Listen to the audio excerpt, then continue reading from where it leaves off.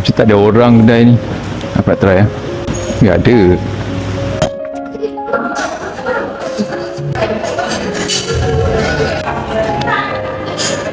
Apa yang best ni? Dia pesan tau. Boleh. Ni udang. Ada tu. Tak, tadi nak fikir lagi. Ada tu. Nak fikir dulu.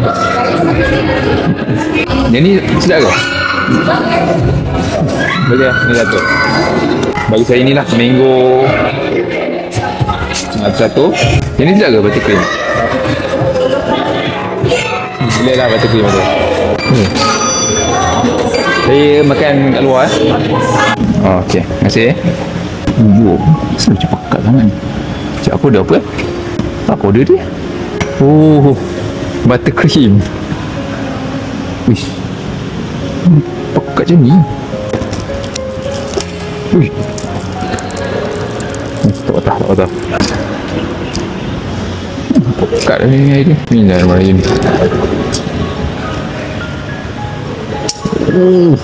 Wow, sedap lah dia.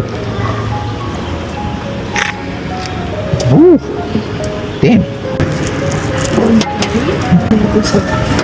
Sedap lah hari ni. Sedap kan? Terkejut ke? Sedap sangat. Bau sedap. Mi kari.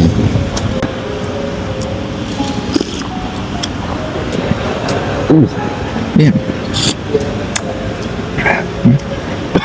Dah agak.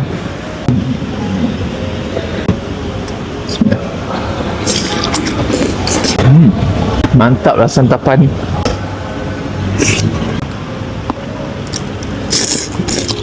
Mango sago dan rasa dia just nice. Tak terlalu manis, tak terlalu tawar.